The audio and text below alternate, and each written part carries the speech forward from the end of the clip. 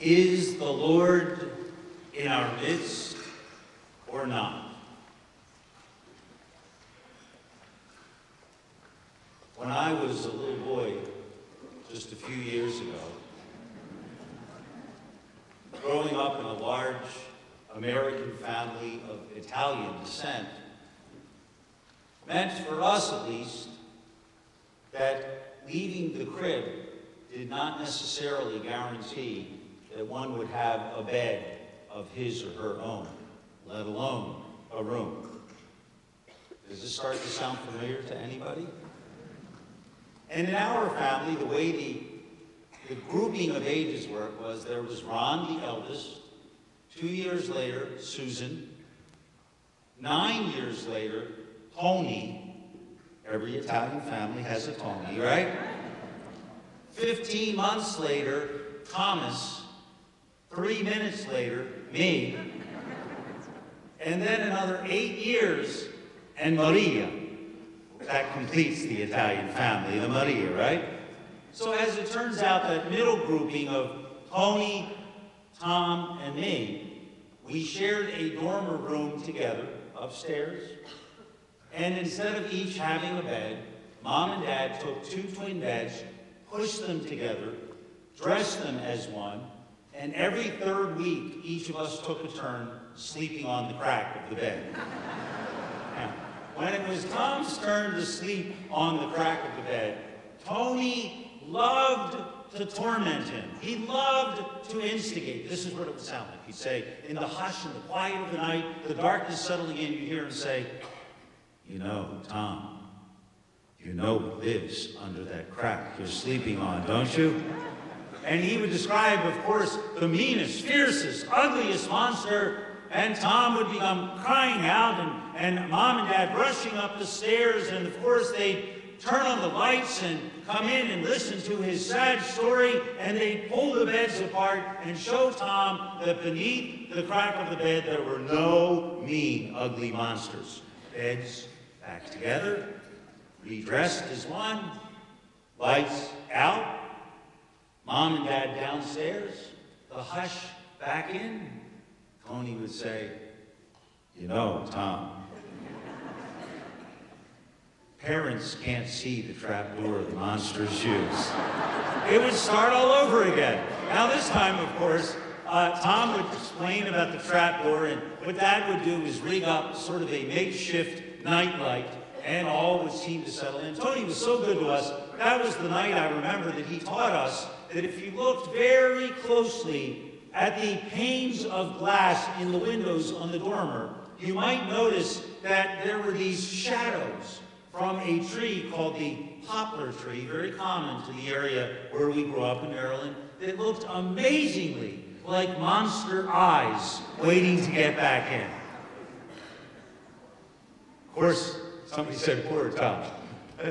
As we look back on our years in dealing with darkness as children, of course we know that the darkness can be unsettling to us. It seems to shake us sometimes to the core. What we cannot see, the things that we do not know, the fear of what is beyond our immediate senses. And yet, as we grow older, sometimes, just sometimes, we welcome in the solace of the quiet, the darkness. We hear even from the mystical tradition of our church, from saints such as Therese of Lisieux and John of the Cross, that the darkness of the soul, the dark night of the soul, the tragic time when it's difficult even to locate God within our perception of spirit, mind, and heart. And yet we know, too, that it's in the dark and difficult times of our lives that we are most ready to turn to God. It's when we experience tragedy and difficulty that we are most eager to seek out the God who, at other times in our lives, we just consider to be someone who is always there. And not that, of course, we welcome in difficulty. I once saw the Ziggy cartoon that I loved on a door in a rectory that said, in the first panel, "Wisdom. I love wisdom. It helps me avoid difficulties and mistakes in my life."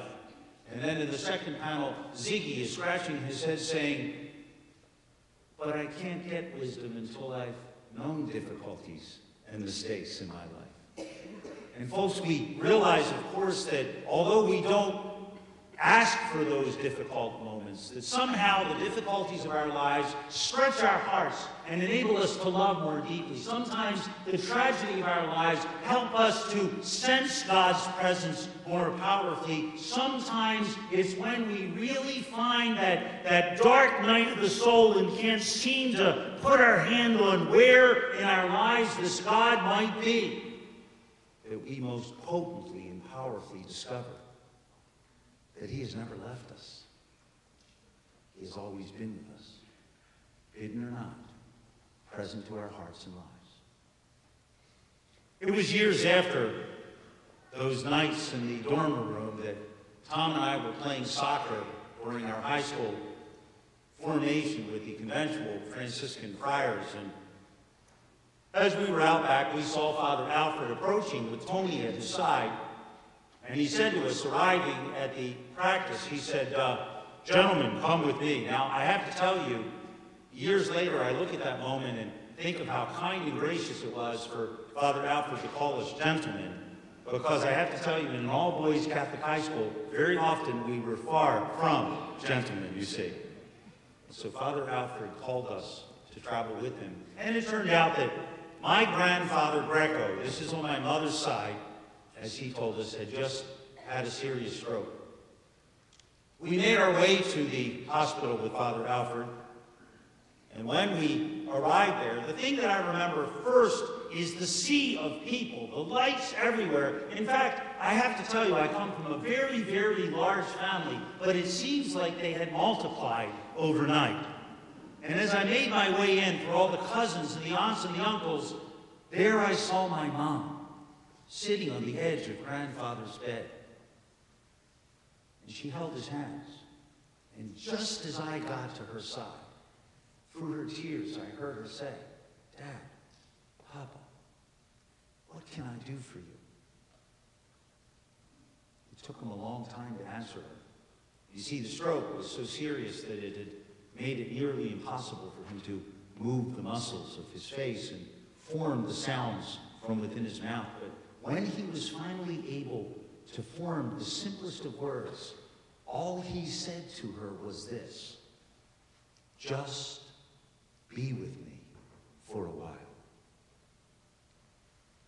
A few moments later, Father Alfred anointed grandfather with the sacrament. It was a powerful and beautiful experience for all of us there. And moments after that, grandfather died. I remember just about this time, my brother Ron, the eldest, arriving. And we had formed sort of a family circle around Mom in a section of the room. And surrounding her, embracing her, Ron, on arrival, looked at her, and his heart leapt out to her, and he said, not having been present earlier for the exchange between Mom and her dad, he said to her so earnestly, "Mom, what can we do for you?" And she said, through her tears, "Just be with me for a while." Is the Lord in our midst or not? If we are to know the presence of God, my brothers and sisters in Christ, we must first place a value on that presence. We must recognize that in our lives there is nothing that has greater value for us than to give our God a true resting place to be present within our hearts and lives. So, I want to share a song with you. I'm going to ask Sarah, where are you? Sarah Evangelista? Okay, to come forward. And Sarah learned this about 25 minutes ago, I think, right? She's looking at me like, I'm not sure I've really learned it yet. But it's a beautiful Psalm 139. I call it the Psalm of the Presence of God. And I want to ask you to turn in your booklets to number 32. And let's all try this together with Sarah.